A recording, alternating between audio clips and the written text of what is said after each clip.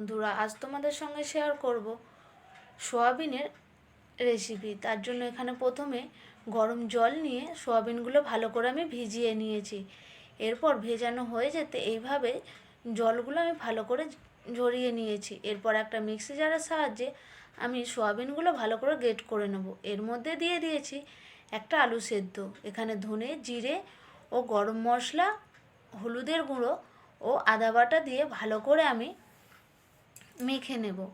এরপর দিয়ে দেব 3 থেকে 4 চামচের মতো বেসন, আর দিয়ে দিয়েছি 3 চামচের মতো কর্নফ্লাওয়ার দিয়ে ভালো করে মেখে নেব। আর স্বাদ মতো আমি নুনও দিয়ে দিয়েছি।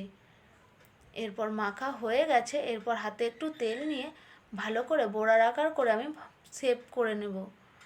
তোমরা চাইলে তোমাদের পছন্দ মতো এটা করে নিতে পারো। আমার এখানে সবগুলো হয়ে গেছে। এরপর কড়াইতে তেল গরম হতে আমি একটা একটা করে বড়া দিয়ে ভালো করে ভেজে নেব। বড়াগুলো আমার সব ভাজা হয়ে গেছে। এরপর আমি কড়াই থেকে তুলে নেব। এখানে বাদাম, চালমগজ, লঙ্কা সব কিছু দিয়ে আমি পেস্ট করে নিয়েছি। আর এখানে কড়াইতে দিয়ে দিয়েছিলাম আমি গোটা জিরে ফোড়ন আর আদা বাটা। আর এখন দিয়েছি কিছুটা লঙ্কার গুঁড়ো। আর যে বাদামটা পেস্ট করে রেখেছিলাম সেটাও আমি দিয়ে দিলাম। দিয়ে ভালো করে আমি মশলাটা ভেজে নেব। অল্প একটু জল দিয়ে ভালো করে কষে নেব। এরপর এখানে স্বাদের জন্য একটুখানি চিনি দিয়েছি। আর দিয়ে দিলাম স্বাদ মতো নুন। দিয়ে মশলাটা ভেজে নিয়ে আমি কিছুটা টক দই ফেটে নিয়েছিলাম, সেটাও দিয়ে ভালো করে কষে নেব।